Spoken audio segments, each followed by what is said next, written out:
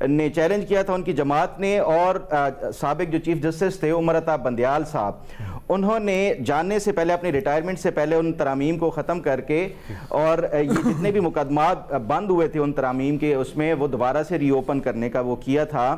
اور پھر ابھی ہم نے دیکھا کہ یہ فاروق ایچ نائک صاحب نے اس کی ریویو بھی دائر کی ہوئی ہے سپریم کورٹ میں، جس کا ابھی فیصلہ آنا ہے. اب سوال یہ ہے کہ پہلے نیب جو تھا وہ اتنا زیادہ ڈریکونین تھا، اور اس کے بعد پھر یہ جو منیمم پیکیونری تھریش ہولڈ کا انہوں نے 500 ملین کا وہ کیا، تو اس کے بعد اور باقی جو کچھ ترامیم کی گئی تھی وہ بالکل ٹوتھ لیس سا محسوس ہو رہا تھا.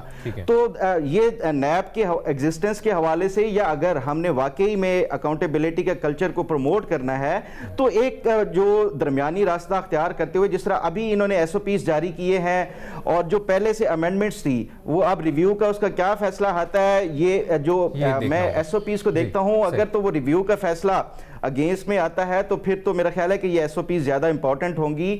ادروائز اگر یہ سپریم کورٹ، مظہر صاحب یہی بات جو فخر کر رہے ہیں، اور ماضی کی غلطیاں ٹھیک کرنے کا یہ جو اقدام ہے نیب کا، بذات خود یہ بھی ایک خوشائند بات ہے، ایکسیپٹ کر لینا، اور پھر ان نئے ایس او پیز سے آپ کو لگتا ہے اعتماد بڑھے گا؟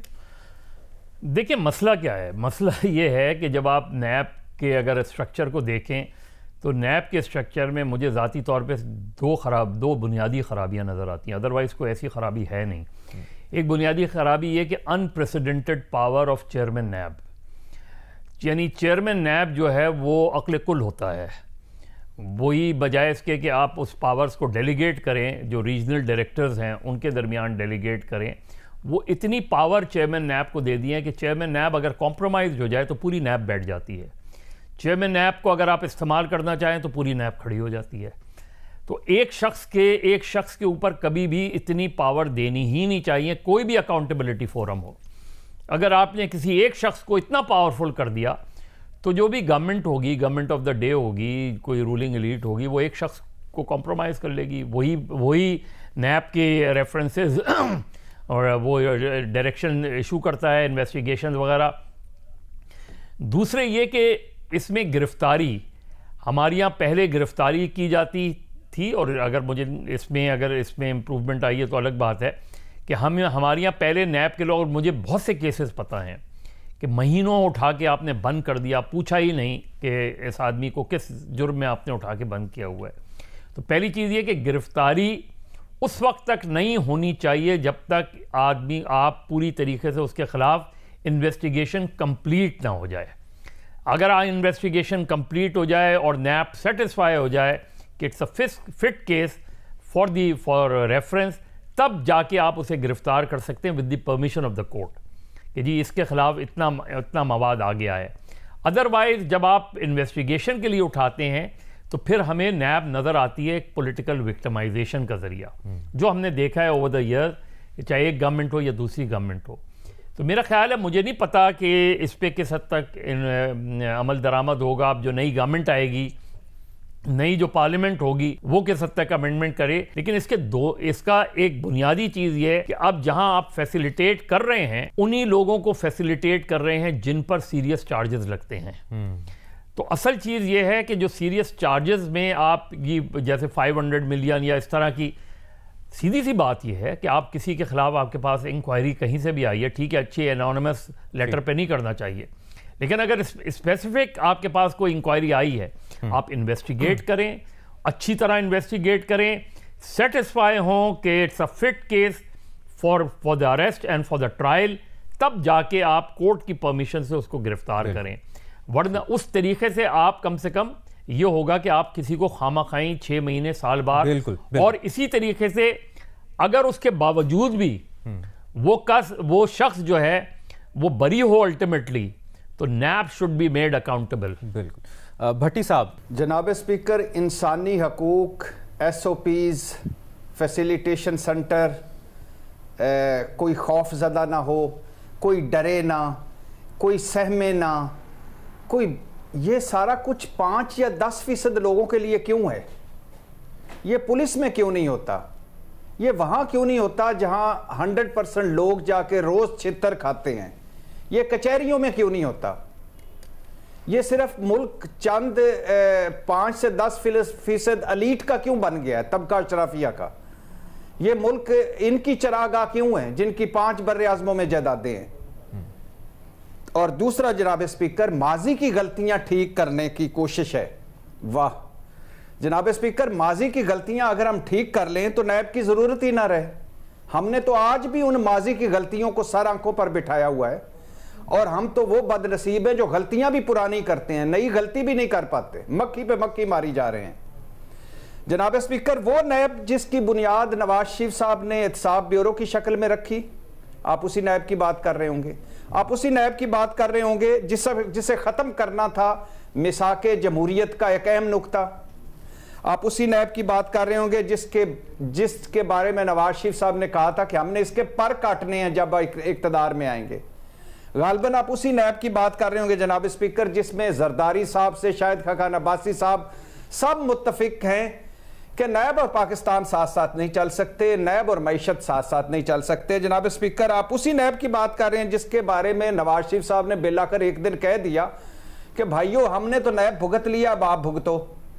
اور جناب اسپیکر، آپ اسی نیب کی بات کر رہے ہیں جس میں پی ڈی ایم جو پاکستان کی 75 سالہ تاریخ کی سب سے بدترین حکومت ثابت ہوئی 16 مہینے کی، اس میں ملزموں اور مجرموں نے اپنے کیسوں کو سامنے رکھ کر اپنے وکیلوں کو ساتھ بٹھا کر نیب ترامیم کی، اور 4 مرتبہ کی. پہلی اپنے لیے، پھر اپنے مخالفین کے لیے، مطلب تحریک انصاف اور عمران خان کے لیے.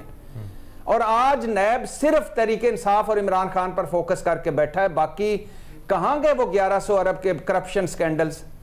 کہاں گئے وہ 35 ارب کے جعلی اکاؤنٹس منی لانڈرنگ والے زرداری صاحب؟ ٹی ٹی والے تو چلو وہ بخشوا کے چلے گئے، جو ڈاکومنٹڈ کیس تھا، اور جس دن فرد جرم عائد ہونی تھی اس دن آپ کے ذہنوں میں ہوگا شہباز شریف وزیر اعظم اور حمزہ وزیر اعلیٰ بن گئے تھے. جناب اسپیکر، یہ وہ ملک ہے، ہم وہ بد نصیب ہیں کہ 22,000 بیوروکریٹس ہمارے دوہری شہریت کے حامل ہیں، اور اقلیت کو نکال کر ہمارا ہر بیوروکریٹ اقلیت کو نکال کر کرپٹ ہے، اور ایسی اس کی داستانیں ہیں کہ مالی ارب پتی ہو گئے ہیں یہاں. اور جناب اسپیکر، اقلیت کو نکال کر ہمارا ہر تاجر کرپٹ، ٹیکس چور، ذخیرہ اندوز.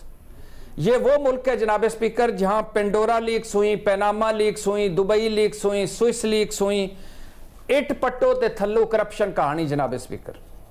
اور کتنے اور ایس او پیز بنائیں گے ان لوگوں کے لیے؟ آپ کتنے اور فیسیلیٹیشن سنٹر بنائیں گے؟ یہ پورا ملک ان کے لیے فیسیلیٹیشن سنٹر ہے. یہ پورے محکمے جو 200 محکمے آج خسارے میں ہیں سرکاری، یہ انہی کے فیسیلیٹیشن سنٹر ہیں. اور آپ دبئی چلے جائیں، آپ دنیا کے کسی ملک میں چلے جائیں، وہاں پاکستانیوں کی انڈکلیئرڈ جائیدادیں دیکھیں، اور کتنا ان کو دینا ہے. اس سے اچھا ہے جناب اسپیکر، بھٹی صاحب اعتماد بڑھے گا. آخری دو جملے اس سے اچھا ہی نیب بند کر دیں، تالے مار دیں اسے، اور لکھ دیں کہ گریڈ 16 سے اوپر ہر افسر اور گریڈ 16 سے اوپر ہر سیاستدان کسی قانون کے تابع نہیں، جہاں لٹ چاہے لٹ مچائے اور کھائے پیے عیش کرے. ٹھیک ہے، کیسی باتیں کرتے ہیں، کیا ایس او پیز، کیا کچھ اس ملک کے ساتھ کیا ہو گیا ہے، اور آپ ان کو فیسیلیٹیشن سنٹر. یہ بھی دیکھ لیں، کچھ انہوں نے کوئی بہتری آئی تو مجھے پکڑ لیجئے گا. آپ کو لگتا ہے کہ کچھ بھی نہیں آنا ہے، یہ ساری سب کچھ باہر، ان کی جائیدادیں باہر، پوشاکیں باہر، خوراکیں باہر. ٹھیک ہے، رفیع اللہ کاکڑ صاحب، پہلے تو آپ کو ویلکم کریں گے رپورٹ کارڈ کی ٹیم میں، اور جو باقی 3 تجزیہ کاروں کی رائے ہے، آپ کو کیا لگتا ہے ان نئے ایس او پی سے کیا فرق پڑے گا، کیا امپیکٹ پڑے گا؟ جی بہت شکریہ مبشر صاحب مجھے دعوت دینے کے لیے. میں سمجھتا ہوں کہ یہ جو نئے ایس او پیز ہے یہ یقیناً خوشائند ہے، اور اس سے ان ایس او پی سے شاید کچھ لو ہینگنگ فروٹس تو حاصل ہو سکے، کہ جیسے ٹرانسپیرنسی بڑھے گی اور غیر سنجیدہ جو شکایات ہے ان کی حوصلہ شکنی ہوگی. لیکن میں نہیں سمجھتا کہ یہ والے اقدامات کافی ہے سرکاری ملازمین، سیاستدانوں اور تاجر برادری کا اعتماد بحال کرنے کے لیے نیب پر. آئی تھنک اس کے لیے مزید اور بڑے سیریس اقدامات کی ضرورت ہے. نیب کے قوانین میں اور نیب کے رولز میں جو ایسے ڈرائیورز ہیں جو بیسیکلی نیب کی مس یوز کو انکریج کرتے ہیں یا پرمٹ کرتے ہیں، اور نیب کے حوالے سے جو یہ تاثر ہے کہ یہ ایک انسٹرومنٹ بن گیا ہے پولیٹیکل وکٹمائزیشن کا، اس تاثر کو زائل کرنے کے لیے بہت کچھ مزید کرنے کی ضرورت ہے، اور وہ میرے خیال سے 2 طریقے اس کے ہوں گے۔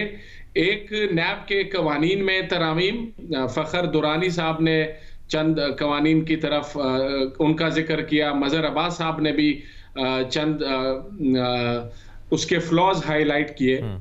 سو آئی تھنک وہ امینڈمنٹس تو بہت ضروری ہے کہ جس سے نیب کا مس یوز کم ہو سکے، لیکن میں ساتھ ساتھ یہ بھی ہائی لائٹ کرنا ضروری سمجھتا ہوں کہ نیب کی قوانین میں ترامیم کے ساتھ ساتھ نیب پہ اعتماد بحال کرنے کے لیے یہ بھی ضروری ہے کہ جو ایک کلچر آف امپیونٹی ہے کہ قوانین کے ہوتے ہوئے بھی ان پہ صحیح معنوں میں عمل درآمد نہیں ہوتا، اور ساتھ ساتھ ان کا مس یوز ہوتا ہے سیاسی مقاصد کے لیے، تو قوانین کی ترامیم کے ساتھ ساتھ جب تک ہم بطور ملک، بطور سیاسی نظام کے سٹیک ہولڈرز کے طور پر اس کلچر آف امپیونٹی کو ختم نہ کرے، اور یہ ایک نئے رواج، ایک نئے کلچر کو اسٹیبلش نہ کرے جہاں پہ قوانین کا غلط استعمال اور ان کا سیاسی مقاصد کے لیے استعمال کی حوصلہ شکنی نہ ہو، تب تک میں سمجھتا ہوں نیب پہ جو اعتماد ہے وہ بحال کرنا ذرا مشکل ہوگا ان چند اقدامات سے۔ صدر عارف الوی کی کارکردگی کیسی رہی، یہ جانیں گے ہم تجزیہ کاروں کی رائے ایک بریک کے بعد۔ بریک کے بعد پروگرام رپورٹ کارڈ میں خوش آمدید کہیں گے۔ ناظرین، ملک کے 14ویں صدر کا انتخاب 9 مارچ کو ہوگا۔ صدر مملکت ڈاکٹر عارف الوی کی 5 سالہ آئینی مدت 8 ستمبر 2023 کو ختم ہو چکی ہے، لیکن نگراں سیٹ اپ ہونے کی وجہ سے وہ تاحال صدر پاکستان کی ذمہ داریاں نبھا رہے ہیں۔ آئندہ آصف علی زرداری حکومتی اتحادیوں کی جانب سے صدارتی امیدوار ہوں گے۔ سوال یہ رکھیں گے اپنے پینل کے سامنے۔ بھٹی صاحب، صدر عارف الوی کی کارکردگی پر آپ کی کیا رائے؟ جناب اسپیکر، بحیثیت انسان صدر عارف الوی ایک شریف آدمی ہیں، بہتر آدمی ہیں، نفیس آدمی ہیں، اور ایوان صدر میں انہوں نے کم از کم یہ کوشش ضرور کی کہ سیاسی درجہ حرارت نیچے آئے، یا ان کی وجہ سے کوئی بہتری آ جائے، یا ان کی وجہ سے کوئی چیزیں بہتر ہو جائیں۔ وہ دانتوں کے ڈاکٹر تھے اور ایک ٹوتھ لیس دفتر میں وہ کے انچارج تھے، مگر جناب اسپیکر ان کا 5 سالہ دور بور نہیں گزرا۔ بوریت فلم جو سی ہوتی ہے نا، جیسے اب بورنگ والی فلم نہیں تھی، جیمز بانڈ والی فلم تھی جو چلی، یعنی رفیق تارڑ صاحب نہیں تھے، ممنون حسین نہیں تھے وہ، اور آپ کو لگ رہا ہے سپر ہٹ فلم؟ ہاں، بڑی سپر ہٹ فلم چلی، اور واقعی سپر ہٹ فلم چلی۔ اچھا، پہلے 3.5 سال جو عمران خان کے دور میں تھے، ان میں ظاہر اپوزیشن کے یہ سارے تھے، 13-14 جماعتیں پی ڈی ایم بنی وغیرہ وغیرہ، تو اس وقت مظاہرے اور جلسے جلوس اور لانگ مارچ، اور ایوان صدر کوشش کرتا رہا ٹیمپریچر کم کرنے کے لیے۔ اس کے بعد جب تحریک عدم اعتماد آئی تو اس میں ان کا بھی نام آیا، قاسم سوری سے صدر الوی تک، آئین کی خلاف ورزی کا۔ اچھا، پھر اس کے بعد جو کچھ ہوا وہ تو جیمز بانڈ کی فلم تھی 007 کی، جب عمران خان سڑکوں پر آئے، 62 جلسے جلوس، ریلیاں اور لانگ مارچ، ایوان صدر میں آرمی چیف کے سابقہ آرمی چیف کے ساتھ ملاقاتیں، مصالحت کی کوششیں، اسٹیبلشمنٹ کے درمیان اور عمران خان کے درمیان بہتر برج بننے کی کوشش، اور پھر قانون سازیاں، دھڑا دھڑ قانون سازیاں، پھر نئے آرڈیننس، پھر اس کے بعد پارلیمنٹ بامقابلہ صدر، اور پھر اینڈ پہ عمران خان بامقابلہ صدر، اور پھر عمران خان اور صدر، پھر درمیان میں ساری چیزیں، اور ایک ہیپننگ ہر روز ایک نئی چیز، اور ایوان صدر کا اس میں کردار، کبھی صدر صاحب اپنے جہاز پہ کہیں جا رہے ہیں، کہیں سے آ رہے ہیں، کہیں فائل سائن کر رہے ہیں، کہیں قانون بن رہے ہیں، کسی سے انکار کر رہے ہیں، کبھی ٹویٹ کر رہے ہیں، کبھی کچھ۔ تو اس سارے چکر میں انہوں نے ایک بات جو مجھے اچھی لگی کہ وہ انہوں نے جو اچھے انسان کا تاثر یا بہتری کا تاثر ہاتھ سے نہیں چھوڑا۔ تو it was a James Bond 00 film, cipher, بیانیہ، میر جعفر، میر صادق، 9 مئی، اور اس کے علاوہ باقی سارا بہت کچھ ان کے دور میں ہیپننگ ہوئی، اور بحیثیت تحریک انصاف کے ایک بانی اراکین میں سے انہوں نے بہت کوشش کی عمران خان کی ہیلپ کرنے کی، تحریک انصاف کی ہیلپ کرنے کی، اور بہت کوشش کی پی ڈی ایم سے بہتر تعلقات رکھنے کی، لیکن جیسا کہ یہ ملک کا چل رہا تھا، جو حال چل رہا تھا، اس میں بہت ساری جگہوں پہ ان کی عزت سادات بھی گئی، بہت ساری جگہوں پہ ان کو ذکر بھی کیا گیا ہے، بہت ساری جگہوں کے ان کے آفس کو انڈرمائن بھی کیا گیا. یعنی اوورآل آپ کو لگتا ہے بہت اچھی کارکردگی رہی صدر عارف الوی کی بطور صدر؟ بہت اچھی آپ نہ کہیں لیکن اچھی کارکردگی رہی. اور ایسی 5 سالہ فلم پہلے صدور میں جو رفیق تارڑ صاحب یا ممنون ان کے حصے میں نہیں آئی، تو it was happening, all happening. Mazhar صاحب کافی تعریفیں اور کافی کارکردگی کی تعریف کر رہے ہیں صدر عارف الوی کی ارشاد بھٹی صاحب، لیکن آپ کو لگتا ہے کیونکہ اس دوران ہم نے دیکھا اس ٹینیور میں بہت سی کنٹروورسیز بھی آئیں صدر سے متعلق، اور جو بھٹی صاحب بات کریں کہ ایوان صدر ٹیمپریچر کو کم کرنے میں کامیاب ہوا، ایسا لگتا ہے آپ کو؟ دیکھیے چونکہ عارف الوی صاحب کا تعلق کراچی سے ہی ہے، تو آج جو کچھ کراچی میں ہوا اور جس طرح 2024 کی جمہوریت کا آغاز ہوا وہ بہت افسوسناک تھا. سندھ اسمبلی کے ارد گرد چاروں سڑکیں بند تھیں. جس طریقے سے ٹیئر گیسنگ، لاٹھی چارج، حالانکہ کوئی بہت بڑا مجمع بھی نہیں تھا اپوزیشن کا، اور اپوزیشن بھی بظاہر مجھے تقسیم نظر آ رہی تھی کہ جے یو آئی الگ پروٹیسٹ کر رہی تھی اور جی ڈی اے اور جماعت اسلامی اور پی ٹی آئی الگ کر رہی تھی، لیکن اس کے باوجود بھی اس طریقے سے ٹیئر گیسنگ اور اس طریقے سے کنٹینر کے زیر سایہ ممبران کا حلف اٹھانا بہت عجیب سا لگا. جہاں تک عارف الوی کا، دیکھیے ہمارا مسئلہ یہ ہو گیا ہے کہ صدر اور گورنرز کا جو عہدہ ہے وہ 18ویں ترمیم کے بعد بھی اور ادروائز بھی سمبولک رہ گیا ہے، اور جو باقی جو پاورز تھی صدر کی تھوڑی بہت، وہ زرداری صاحب جب 2018 میں 8 میں صدر بنے تھے تو انہوں نے وہ پاورز ڈیلیگیٹ کر دی تھی ٹو دا پارلیمنٹ. لیکن ہمیں نظر آتا ہے کہ گورنر بھی اسی طرح سیاسی نظر آتے ہیں باقاعدہ پولیٹیکل پارٹیز کے اجلاس میں. ابھی آپ دیکھ لیں کہ ہمارے گورنر سندھ جو ہے وہ ایم کیو ایم کے ڈیلیگیشن کے ساتھ ہر جگہ موجود ہیں. جو گورنر اور پریزیڈنٹ ہیں وہ گورنر پریزیڈنٹ بننے کے بعد اپنی پولیٹیکل پارٹی سے استعفیٰ دے دیتے ہیں یہاں، اور اس کی اسپرٹ ہی یہی ہوتی ہے کہ ایک جو ہے وہ ان کی سمبولک ویلیو ہوتی ہے، فیڈریشن کے نمائندے ہوتے ہیں وہ. تو میرا خیال ہے اس میں دیکھیں تو ہمیں عارف الوی صاحب کا ایک بہت ڈیفیکلٹ ٹینیور تھا، جہاں وہ ظاہر ہے پی ٹی آئی کے رکن رہے تھے، پی ٹی آئی کے سیکریٹری جنرل رہے تھے. اس کے بعد جب وہ صدر بنے تو اس کے بعد جب تک عمران خان صاحب کی حکومت رہی تو وہ کمفرٹیبل پوزیشن میں تھے، کیونکہ حالانکہ پریزیڈنٹ کے پاس یہ ہوتا ہے کہ پریزیڈنٹ کے پاس منٹس آف دی کیبنٹ آتے ہیں، اور اپنی جو انوگرل اسپیچ ہوتی ہے جب پارلیمنٹ سال شروع ہوتا ہے، تو میرا خیال ہے صدر کو کچھ نہ کچھ، میں نے نہیں دیکھا کہ 3 سالوں میں صدر نے اپنی جو حکومت تھی، جو پی ٹی آئی کی حکومت تھی، اس کی کچھ نشاندہی کرتے، کچھ تنقید بھی کرتا ہے پریزیڈنٹ کہ یہ اس ایریاز میں ہم کمزور رہے ہیں. لیکن جو ڈیفیکلٹ پیریڈ آیا اس میں تو وہ بچا کے عارف الوی صاحب نے اپنے آپ کو نکالنے کی کوشش کی. ایک ظاہر ہے جب ووٹ آف نو کانفیڈنس تھا تو وہ بہت ڈیفیکلٹ پیریڈ تھا. پھر عمران خان جب ظاہر ہے ان کو ووٹڈ آؤٹ ہو گئے، اس کے بعد جب وہ اپوزیشن کی تحریک چلا رہے تھے، تو ایک ڈیفیکلٹ پیریڈ میں میرا خیال ہے مناسب رہے عارف الوی صاحب. مناسب طریقے سے انہوں نے اپنے آپ کو کہیں نہ کہیں ظاہر اس وقت کی اپوزیشن کی تنقید کا شکار رہے، لیکن اوورآل ان کا ٹینیور ان کا جو ہے وہ مناسب رہا ہے. لیکن ہر پریزیڈنٹ کے لیے ضروری ہے کہ وہ جو گورنمنٹ آف دا ڈے ہو ان کی شارٹ کمنگز کی نشاندہی کرے. بالکل ٹھیک، یہ پریزیڈنٹ کا رول ہوتا ہے. اور اپنے آپ کو ڈی پولیٹیسائز جس حد تک کر سکتے ہیں، ڈی پولیٹیسائزیشن سے مراد یہ کہ جس پارٹی آپ کو نامنیٹ کرے، اب زرداری صاحب صدر بننے جا رہے ہیں تو زرداری صاحب کو چاہیے کہ وہ بحیثیت شریک چیئرپرسن اور پیپلز پارٹی پارلیمنٹیرین کی صدارت سے مستعفی ہو، وہ کسی اور کو کرے. ایک بریک لیتے ہیں اور بریک کے بعد صدر عارف الوی کی کارکردگی پر فخر درانی صاحب اور رفیع اللہ کاکڑ صاحب کی کیا رائے ہے، جانیے اس بریک کے بعد. بریک کے بعد ایک بار پھر آپ کو پروگرام رپورٹ کارڈ میں خوش آمدید کہیں گے. صدر عارف الوی کی کارکردگی پر ہم بات کریں.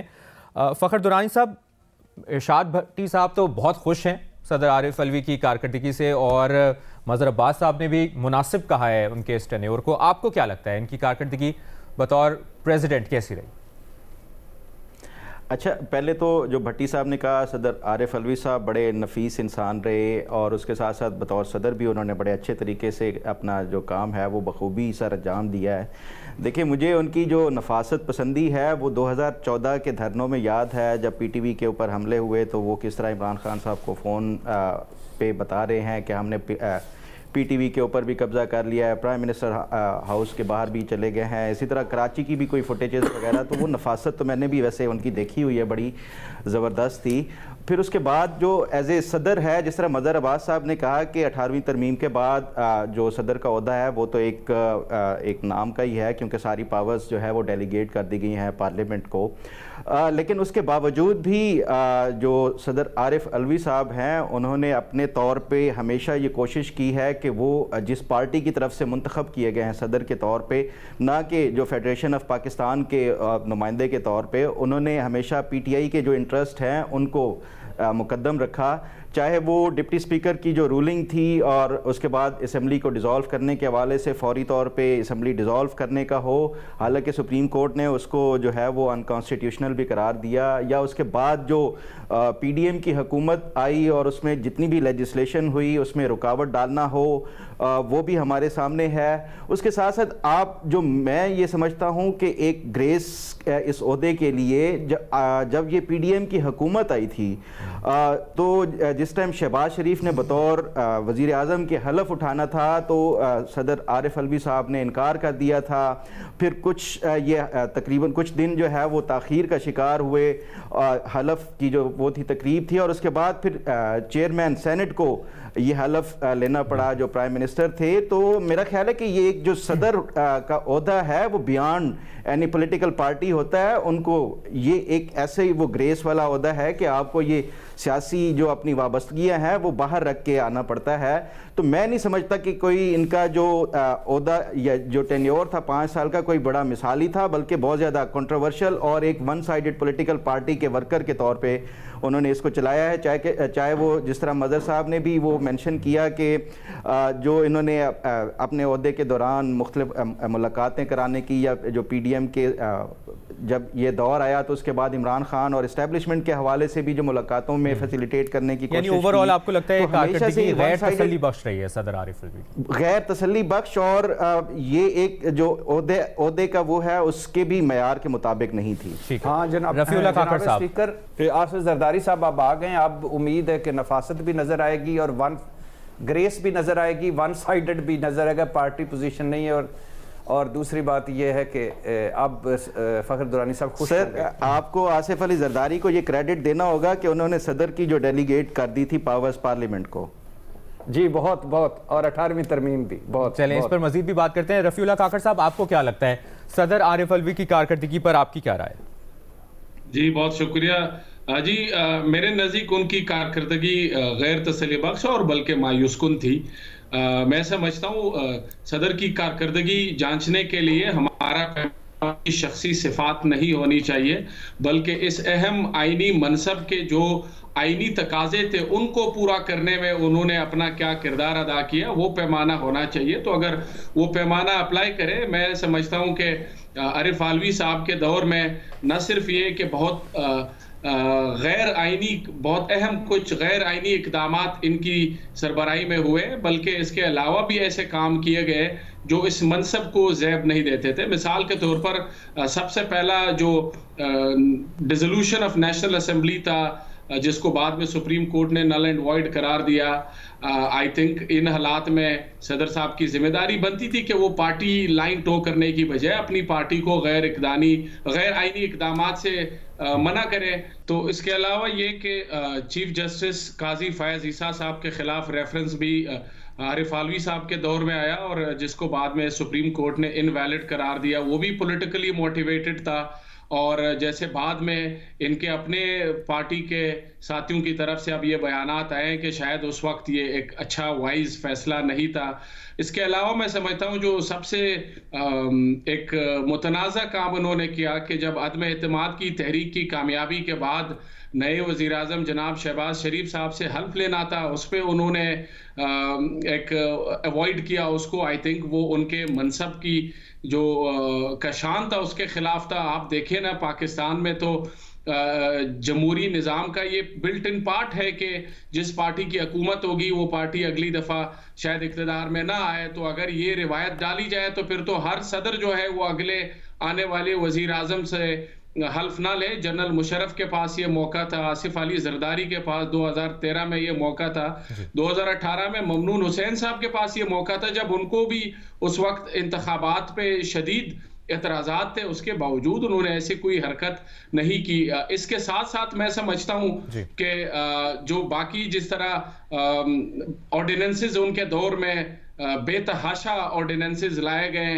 اور آخر میں سمجھتا ہوں جو ان کا آخری سال تھا اس میں تو کچھ دلچسپ کام جس کو بھٹی صاحب نے اشارہ کیا کہ بہت ہی ایک ایونٹ فل سال تھا, تو اس میں بھی جو 2 بل تھے وہ کہتے ہیں کہ میں نے سائن نہیں کیے لیکن وہ سائن ہو گئے تھے.